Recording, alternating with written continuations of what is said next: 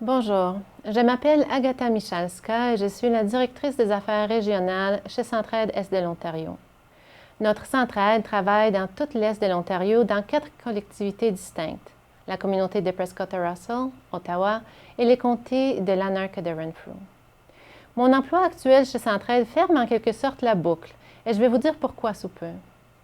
Comme vous le savez peut-être déjà, Centraide opère dans 3 champs d'intervention, la réussite des jeunes, l'amélioration des conditions de vie, la santé des gens et des communautés. Nous travaillons avec des partenaires comme vous, donateurs, entreprises partenaires, mais aussi partenaires communautaires à travers toute notre région pour assurer un changement durable pour nos populations les plus vulnérables. Je veux d'abord reconnaître que je viens à vous aujourd'hui d'un endroit de privilège. Je suis de race blanche, bien qu'étant une femme immigrante de première génération, mais tout de même ayant une bonne éducation, d'âge moyen et de la classe moyenne.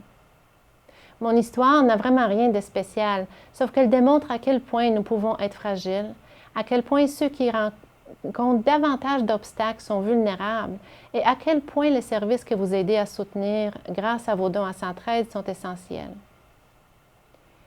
Il y a quelques années, mon conjoint et moi avons emménagé dans une nouvelle maison dans l'Est de l'Ontario que nous avons rénovée, adaptée à la vie à la campagne. J'étais à contrat, mon conjoint travaillait dans un bureau. Nous avons ensuite accueilli dans notre foyer notre deuxième fille, issue d'une adoption internationale. La vie était parfaite, n'est-ce pas? 3 mois après le début de notre bonheur familial, mon conjoint a perdu son travail. Et moi, comme je me concentrais sur le fait d'être nouvelle maman de notre deuxième fille, j'avais réduit le nombre de contrats en cours à ce moment-là. Nous étions tellement mis en rude épreuve financièrement après les rénovations, l'adoption, qu'il y avait peu de marge de manœuvre pour payer l'huile de chauffage, par exemple, l'électricité et même la nourriture sans un chèque de paie régulier. Nous pensons souvent à la pauvreté comme quelque chose qui arrive aux autres, mais en fin de compte, il n'y avait pas de trou creusé pour payer les chaussures ou des extras pour les filles. Par la suite vint la honte de demander de l'aide, la honte d'utiliser des soutiens familiaux, et puis la tristesse, la dépression, la colère. Je dis cela en sachant parfaitement quel privilège c'était encore d'avoir un chez-soi, avoir une voiture, être en bonne santé, être 2 dans un ménage pour chercher du travail, pas un parent seul par exemple, une mère seule. Avoir des enfants qui ne nécessitaient pas une attention particulière majeure du point de vue de la santé ou du développement. Ne pas être en même temps l'aidant d'un parent malade. En attendant, la vie continuait. Les filles allaient à l'école. Je mettais ce que nous pouvions dans leur boîte à lunch, sachant que parfois cela ne suffisait pas. La nourriture est à la base de la réussite scolaire. Centraide travaille avec de nombreux partenaires pour s'assurer que des collations saines font partie de la programmation pendant et après l'école.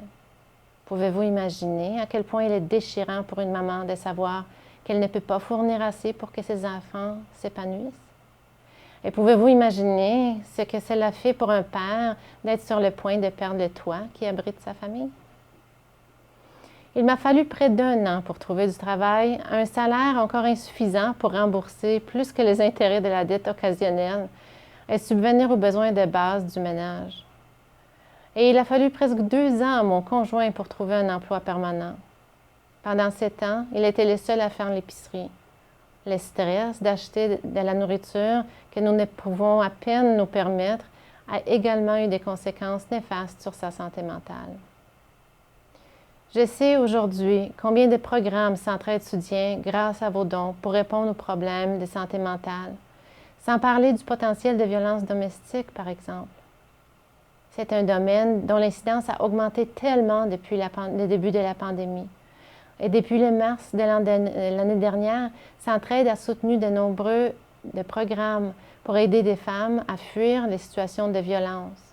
Heureusement pour moi et mes enfants, notre situation ne s'est jamais détériorée à ce point. C'était il y a quelques années. Nous commençons à nous en sortir. Pensez aux économies que vous avez et jusqu'où elles vous mèneraient en cas de perte d'emploi. Imaginez qu'il n'y a que des dettes et aucune économie. Et puis ensuite, imaginez que vous commencez encore plus loin, avec un parent âgé qui vit avec vous et a besoin de soins, avec moins de possibilités d'emploi bien rémunérés, sans accès au transport, par exemple en région rurale, sans adresse domiciliaire permanente.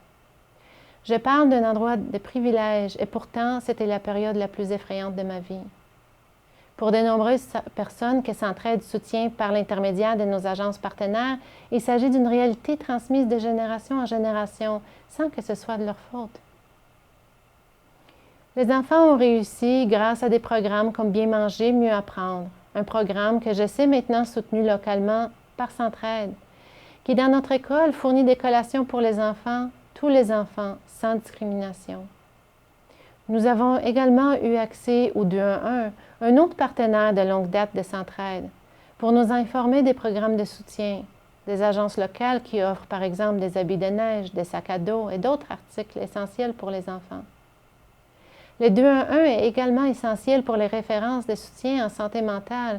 Où puis-je obtenir de l'aide pour les sentiments que j'éprouve en raison de ma situation? Où puis-je obtenir de l'aide pour mon enfant qui a elle-même besoin d'aide pour gérer sa colère?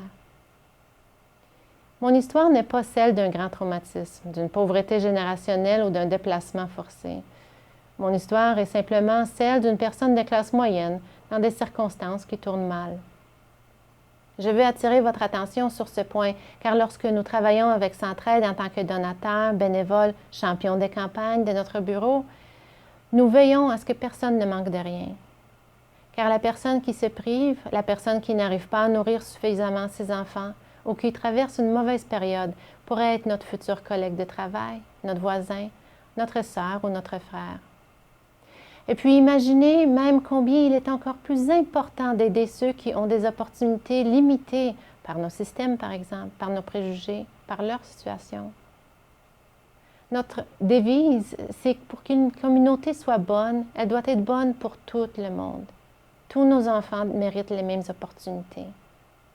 Je ne réalisais pas alors à quel point Centraide était impliquée dans ma communauté et à quel point j'avais besoin d'eux.